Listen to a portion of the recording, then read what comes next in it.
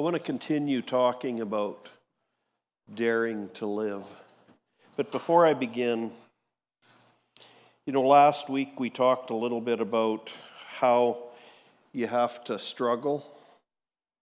Like Jacob wrestled with an angel, and sometimes you have to struggle to get your victory.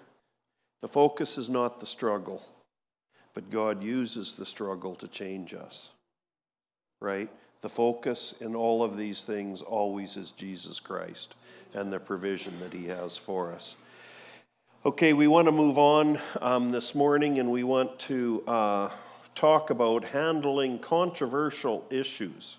The early church lived in community, and these are the verses that kind of meant something to me at the beginning of the year. Well, they still hopefully mean something to me. But I think there's some truths in here that we can learn. So let's just look at Acts chapter 2, verses 42 to 47, or most of them anyways. It says, the disciples were devoted to the teaching of the apostles, to fellowship, to breaking of bread, and to prayer. And I've said this 100 times before, but the disciples, the new Christians, were devoted to the teaching that the apostles were giving, and they were devoted to fellowship. And fellowship is described as breaking of bread and prayer. And then in verse 46 it says, the believers had a single purpose and went to the temple every day.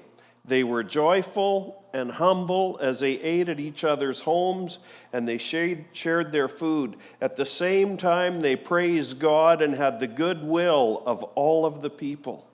You see, their life was focused on Jesus. You can see people, when you read these passages and you follow Acts through, you can see people who really cared about each other, but Jesus was the main focus. And you can see also that they had a mission that they were living for. They had a single purpose, it says in verse 46.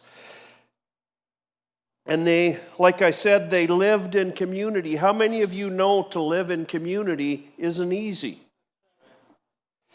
Stop thinking of the person in the next section about how it's not easy, and think about yourself for a minute and understand that it's probably not easy to live with you. How many of you know that it's probably not easy to live with yourself? I am so glad that there are people in this life that put up with me. It's easy to look at other people and point the finger at others, but what's it like to live with us, right? There's always controversies, there's always different things that come up when people associate with each other, and we want to look at how to handle some of these things. You see, we don't always agree with everything, and some of the principles that I want to share this morning about living in community and how to deal with controversy, they definitely apply to church life, but they apply to more than just church life. We can learn from the message today about how to get along with each other at work. We can learn how to get along in our communities. There's just some good stuff here this morning that we can look at so that we can get along. Jesus says that he pours his love into our hearts, right? But that doesn't mean that we just tiptoe through the tulips and we just have this overwhelming love for each other all the time. Sometimes there's issues that rise up in our lives. Sometimes people just don't cooperate with us, and they make life a little difficult for us. Come on. You all looking so holy here.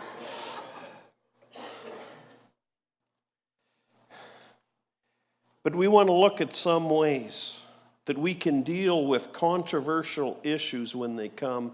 And we want to take you to a place in Scripture where the Apostle Paul was answering a question about a controversial issue that doesn't have anything to do with us today. You know, it's so much easier to preach about stuff that you know isn't really affecting anybody in the congregation, right? Like when I talk about sin, quite often I'll use the illustration about robbing banks, because I know that whatever issue I pick, it's going to nail somebody. So I try not to do that. But this morning we're going to talk about an issue that the Apostle Paul had and that he dealt with, and then we're going to learn how he dealt with the issue and then apply it to ourselves. The issue is whether it's okay to eat meat that's offered to idols. How many of you struggle with that issue? Put your hand down, Michael. You see, at the time when the Apostle Paul wrote this was a huge thing. Idol worship was a huge thing, and many people did it. And of course, the Christian community agreed that it was wrong to worship idols. But the question was, should people eat meat of an animal that was used in the ceremony?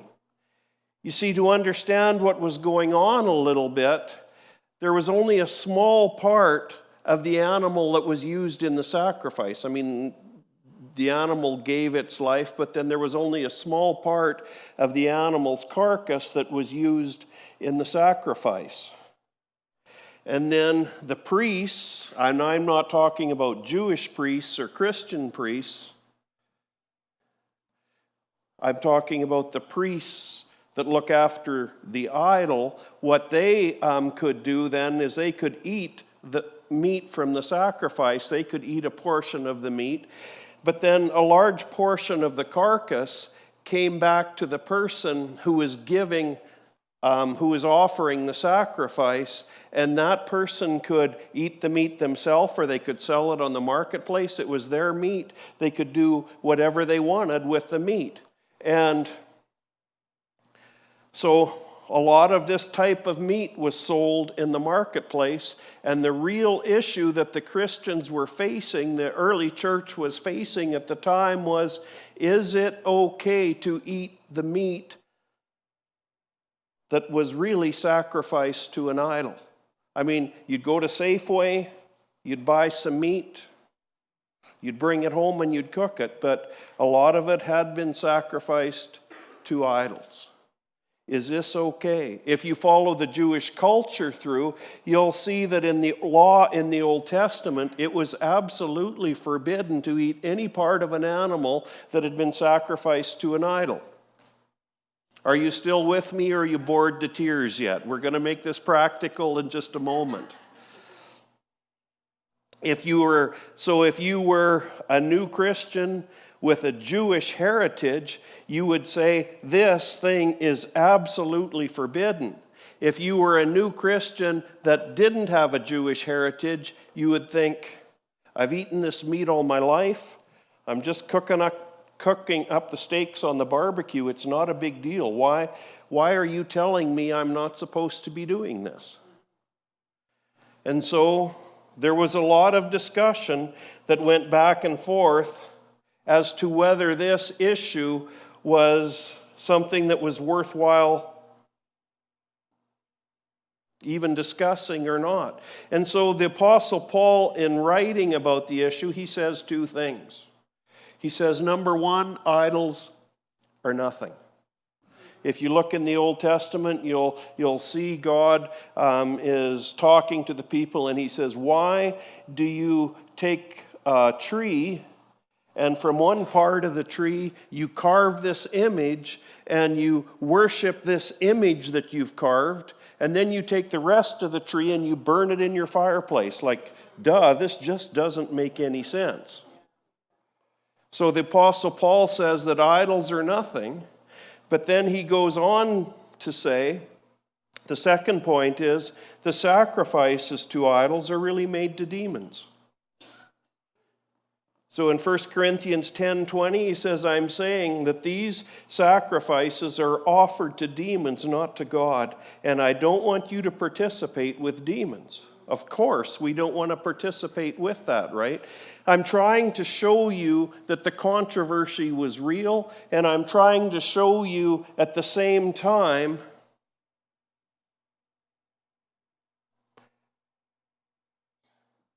that there is a way to handle the controversy. You know, it would be easy after understanding that meat that you buy in the marketplace might be offered to idols. It's easy to say, well then, man, we shouldn't eat that at all, right? And we shouldn't even pretend to eat meat. In fact, some people went so far as they became vegetarians because they didn't want to have anything to do with meat that was offered to idols.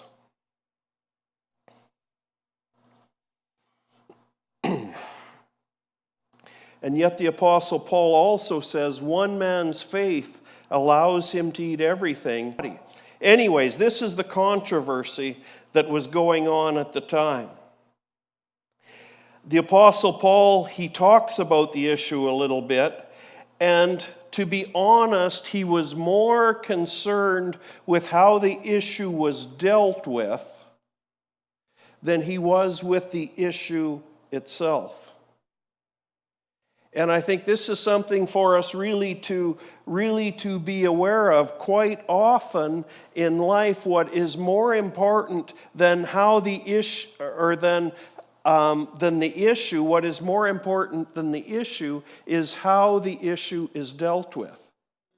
You know, we like to get in to our positions, and then we start to argue for our positions.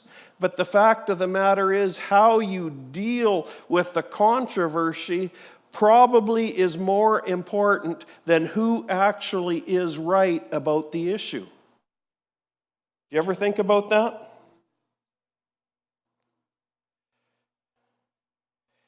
It's more important how we get along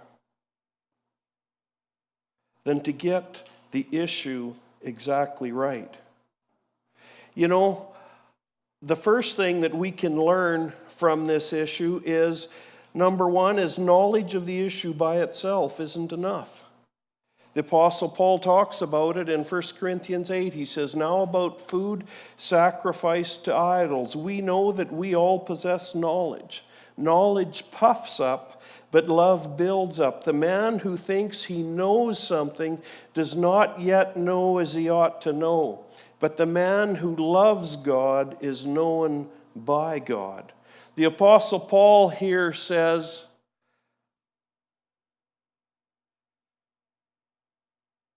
that just having knowledge about the issue is not all that's important. He says, just to have knowledge about an issue can make us proud. Have you ever noticed that about people who think that they know? How they can be kind of arrogant, right? People who think they know can be kind of arrogant. Just try to speak into somebody's life to somebody who knows. A little tough, isn't it? Because they know better than you do.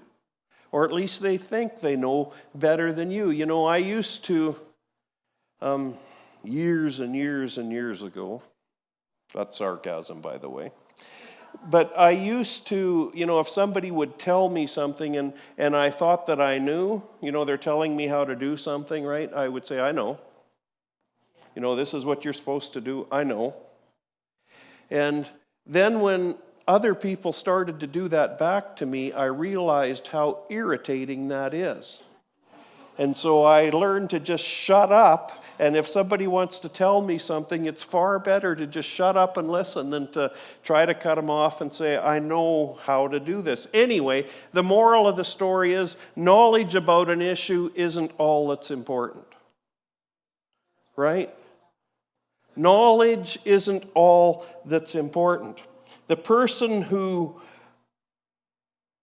thinks they know doesn't know as they ought to know. Knowledge puffs up, but it says love builds up. In 1 Corinthians 13, everybody has probably heard of the love chapter, but I think it's so important, even in this as we're dealing with issues. The Apostle Paul says, if I have the gift of prophecy and can fathom all mysteries and all knowledge, and if I have a faith that can move mountains, but have not love, I am nothing. If I have all knowledge and I don't have love, I'm really nothing. To know the answer to a diverse issue is not the starting point. Love is always the starting point as we deal with each other. The next thing he does is the Apostle Paul, he discusses the issue a little bit. And the Apostle Paul doesn't say, I want to make this clear, the Apostle Paul, when he's discussing the issue, he doesn't just say the issue isn't important. But he says there's things more important than getting the issue right. And what's more important than getting the issue right is to make sure that you're operating in love. The second thing he says, when you're dealing with a controversial issue, he says conscience is important. Each one of our consciences are important. In 1 Corinthians 8:7, it says, some people are still so accustomed to idols that when they eat such food, they think of it as having been sacrificed to an idol, and since their conscience is weak, it's defiled. The point I'm trying to make is, if you are convinced that something is wrong, it's wrong for you to do it. I'm not saying that, everybody can just go do what they want to do, and as long as they're happy, it's okay. I'm making the point, though, that if it goes against your conscience, you shouldn't be doing it.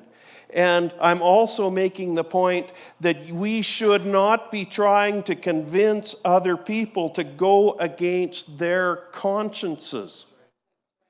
If God is convicting somebody, or even if they're mistaken and they're being convicted that they should not be doing something, don't try to tell them that it's okay. Don't try to push your point of view on other people. We don't understand the seriousness of making people violate their own consciences. You see, when we convince people that they can violate their conscience on issues, the next step is we convince them that rationalization is okay. When you get a person started down that road that they can violate their conscience and it's okay, you don't understand the end result of that. The end result of that is rationalization. And the next thing you know, you're believing stuff like it's okay to cheat on my spouse, as long as they don't know, because what they don't know won't hurt them. You see, it's really important. It's really important that we don't violate our conscience, because if you start down the road to violate your conscience, you have no idea where you're going to end up in a very short time. We need to make sure that we don't help other people or tell other people it's okay to violate their conscience. And I was trying to think of some issues that I could talk about here this morning that are kind of contemporary issues that we're dealing with. And to be honest, I couldn't think of anything. I mean, I have my own opinions on stuff. But I was reminded of when I was a kid, in the church that I attended. And the church that I grew up in was a very legalistic church. I mean, you guys don't know anything about legalism. I grew up with that. And then the church, when I was about 9, split. And there was one group of people that became even more legalistic. And then the group of people, thank goodness, that my parents were involved with weren't quite so much that way. And I remember talking to a guy who was my youth pastor. This is a small church we're growing up in, 80 people or whatever. Started out to be probably 120 or something, and then 40 people left. You know everybody, you're related to half of the people. And then there's the family issues, and okay, who are you going to follow? This guy, you're going to follow that guy, right? And so anyways, 40 people leave. That's all free. I don't know why I'm telling you that. The guy who was basically, who I knew very well, but was my youth pastor, he told me that he got into a discussion with somebody from the group who left about whether it was okay to wear cowboy boots or not.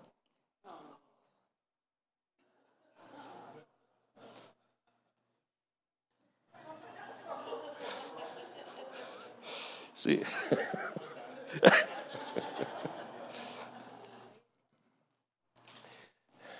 we laugh about this, but this was big stuff. And my youth pastor, I know how these arguments went.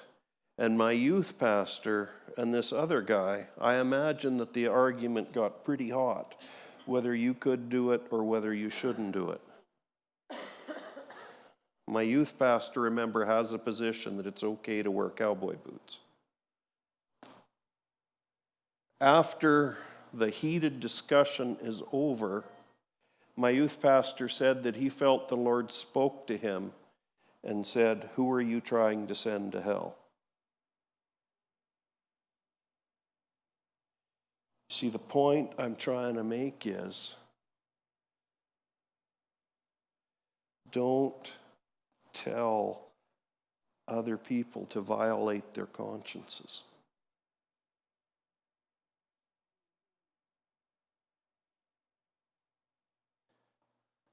So when we're dealing with each other, let's make sure that we're not telling people that it's okay to violate their conscience. So if a person is convinced on a controversial issue that something is wrong,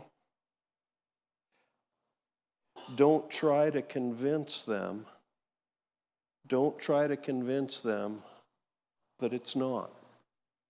Let God deal with them. I don't mean you need to pretend with them, but it's one thing to just kind of smile and nod when they talk, and it's a whole other thing to say, "Hey, you're an idiot."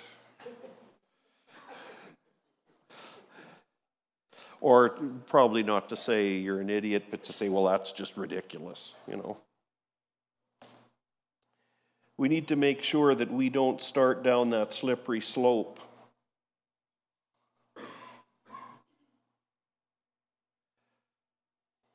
where we're getting other people to do things that they think is wrong. In 1 Corinthians 8, it says, in verse 11, it says, "In that case, your knowledge is ruining a believer whose faith is weak, a believer for whom Christ died. When you sin against other believers in this way and harm their weak consciences, you are sinning against Christ." Point number 3. Don't let your freedom hurt another person. In 1 Corinthians 8:9, it says, "Be careful that by using your freedom you don't somehow make a believer who is weak in faith fall into sin." We need to make sure that we don't hurt other people with our freedom. How many of you would agree that it's okay to wear cowboy boots?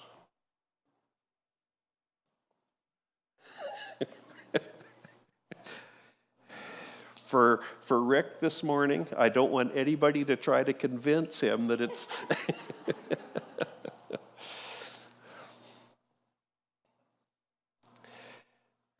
Make sure that you don't somehow, with your freedom, cause someone who is weak to fall into sin. Let me give you a scenario to make it a little bit practical.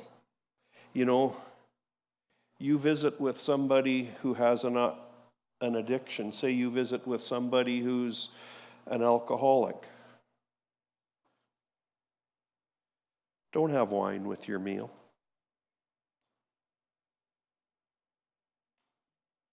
If you're absolutely convinced that it's okay, and you're with somebody who is struggling with an addiction or who thinks it's not, don't have wine with your meal. Don't use your freedom to hurt another person. Don't take somebody who has a gambling addiction to a restaurant that's in a casino.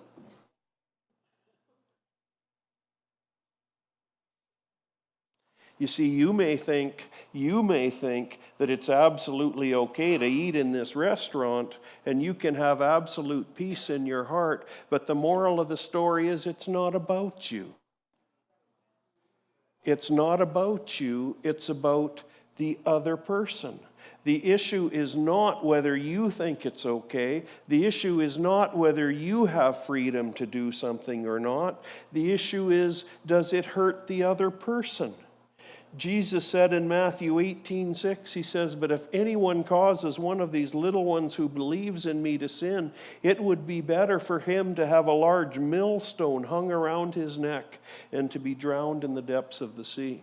You see, we need to understand the seriousness of hurting each other. And it's not whether the issue is right or not. It's about the other person and if you're dealing with them in love or not. Look at the Apostle Paul's attitude. He says in 1 Corinthians 8:13, he says, "If food makes my brother stumble, I will never eat meat, lest I make my brother stumble." This is the kind of attitude that we need to have with each other. The focus is on the other person. To be honest, so many of our arguments are just about ourselves. And, we want to be right. And so it's a matter of pride if we can out-argue the other person, right? Come on. The church I grew up in, you have this strong person and this strong person, and they're arguing with each other, and then they get the people behind them, and, it becomes a matter of pride. The whole issue becomes a matter of pride. And the Apostle Paul says, it's not about you. It's not about your pride. It's about the other person. I talked a little bit a while ago about John Ortberg's book, Soul Keeping. And he talks about Dallas Willard, who was a seminary professor. And in the story, there was a student that made some points that were just right off the wall. And if I remember right, challenged Dallas Willard on some of the things that Dallas Willard was saying. And Dallas let the student have his say, and then he said, I think this is a good place to end the class. And somebody came up to him after and said, why did you let that guy get away with that? Why did you let him get away with that? And Dallas said, I'm just practicing not having to have the last word. You see, what I'm talking to you about this morning, if we're going to live in community, it's a better way to live, right? Think how many less issues we would have with people if we let them have the last word. Think how many spouses would get along so much better together if they would just let the other person have the last word.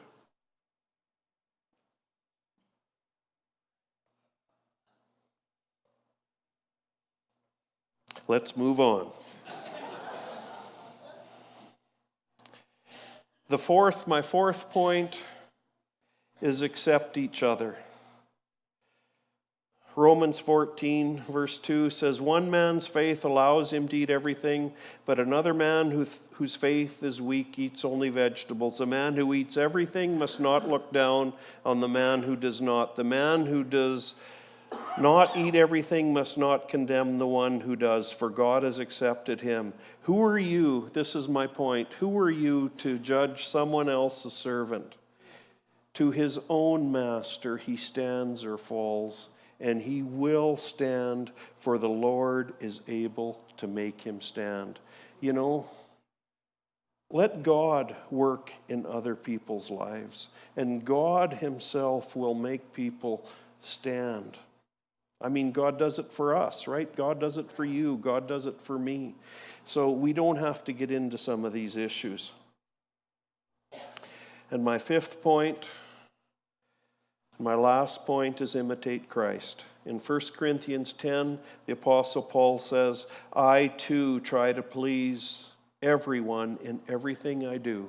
I don't just do what is best for me, I do what is best for others, so that many may be saved. And you should imitate me just as I imitate Christ. You know, I'm very proud of this church. I believe that we're well on the way to this. We don't have a lot of different type issues that come up that we get in a dither about. That's just not who we are. I think we can grow in some of this stuff too. But I'm really proud of the church here. And, you know, what our lives need to be about, people, is not about us. What our lives need to be about is helping each other. Helping each other to be successful. Helping each other to point to Jesus. Helping each other to stand and have faith. For us to rally around each other when we're struggling. And to minister life and health to each other. I believe this is who we need to be. We need to imitate Paul, and he says he doesn't do what's best for him. He says he does what's best for others so that many may be saved. And we need to imitate that. And in doing so, we will reach many people as well. Romans 15, you who are strong have an obligation to bear with the failings of the weak.